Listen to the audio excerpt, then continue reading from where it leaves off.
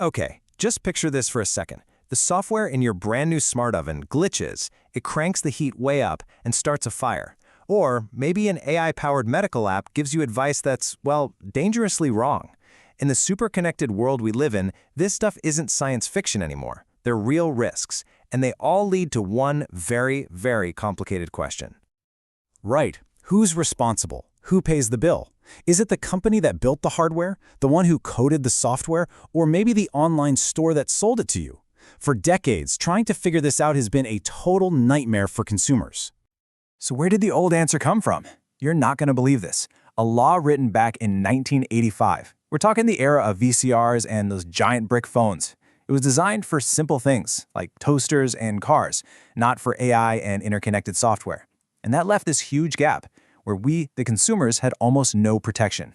But that is all about to change. So let's break down exactly what this new EU directive does. First, we'll look at the bug in the old laws. Then, we'll see how redefining product and damage completely changes the game. We'll trace the new, longer chain of who's responsible, figure out how you can actually prove a claim, and finally, wrap up with what this all means for us living in this smart age. All right, let's dive right in with the core problem. Section 1. Our laws have a bug. You know, back in 1985, that original law was actually pretty revolutionary for its time. But then, the 2000s happened, with e-commerce and global supply chains. And then came the 2010s, when software suddenly became just as crucial as the hardware it ran on. The old law just couldn't keep up. It created this massive gray area, making it nearly impossible for people who were harmed by faulty tech to get any kind of compensation.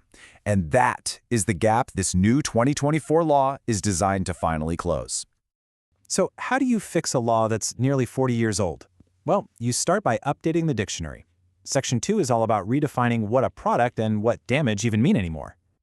And this, right here, is a huge change. Before, a product was basically something you could physically touch and hold. Now, the definition has been blown wide open to include all the intangible stuff: software, AI systems, even the digital blueprint files for a 3D printer. All of them are now legally considered products. So what does this actually look like for you? Well, your phone's operating system, that's a product. That AI service you use for work? Yep, also a product. And, critically, this now covers services that are connected to a device. Things like a buggy software update that turns your expensive smart fridge into a dumb box, or a faulty health monitoring service on your watch. If they fail and cause harm, someone's on the hook. And the meaning of damage got a serious upgrade too. It's not just about physical harm anymore. The law now officially recognizes psychological injury. And this is a huge step for the digital age. It covers the loss of your personal data. So imagine a faulty device completely wipes all your priceless family photos. That now legally counts as damage you can claim for. Okay, so if software is a product and losing your data is damage, the next logical question is, who can you actually go after? And that brings us to the new chain of liability. The new law casts a much wider net. You can, of course, go after the manufacturer, but what if they're based outside the EU? No problem. Now you can go after the company that imported it. Can't find an importer? Then you can hold the fulfillment service, the company that warehoused it and shipped it, responsible. And as a final backstop, even the online marketplace where you bought the thing can be held liable. There are way fewer places for companies to hide now. And check this out. The law is even thinking ahead to the circular economy. Let's say you buy a refurbished phone. If a third-party company substantially modifies it, maybe they put in a new battery or screen, they can now be held liable just like the original manufacturer. It's a really smart rule that makes sure someone is always accountable, no matter how many hands a product has passed through. Okay, so a broader definition of product, a longer list of companies you can hold responsible. This is all great, but here's the crucial part. How do you actually prove your case, especially when you're just one person up against a giant tech company dealing with some super complex code? Well, this is where the law really truly shifts the balance of power. This quote really gets to the heart of it. Lawmakers basically recognize that you, the consumer, are at a massive disadvantage. I mean, how on earth are you supposed to understand the code inside a machine learning algorithm to prove that it was faulty? So, the law solution is this really powerful tool called rebuttable presumptions. It's a fancy legal term, I know, but the idea is simple. In certain situations, a court can now just assume the product was faulty. This completely flips the script and forces the company to prove it wasn't their fault. So when does this kick in?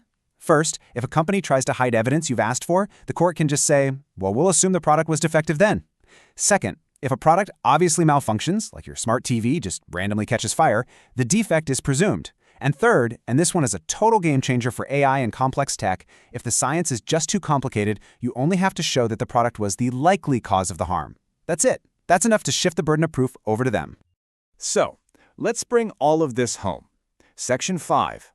What does this actually mean for you, and how does it make us safer in the smart age? First off, a date for your calendar. These new rules are going to apply to all products put on the market after December 9th, 2026. This gives companies a couple of years to get ready and adapt to this new legal world. So, let's just quickly recap the big takeaways. We're now in a world where digital goods like software and AI are legally products, where way more businesses up and down the supply chain can be held accountable, where it's actually easier for you to prove your case when complex tech fails. This forces manufacturers to take things like cybersecurity and necessary software updates seriously. Put simply, your rights as a consumer are finally catching up with the world we actually live in. You see, this isn't just another law, it's a fundamental shift. It's basically a new safety standard for the 21st century. Safety isn't just about using strong materials anymore. It's about secure code, reliable data, and a company's ongoing responsibility to the people using its products. This new law is a massive step forward, dragging our rules into the present day. But it also kind of makes you wonder, right? As AI gets more and more autonomous and our world gets even more interconnected, what are the new challenges that are going to pop up, and how will our laws and our rights have to adapt next time?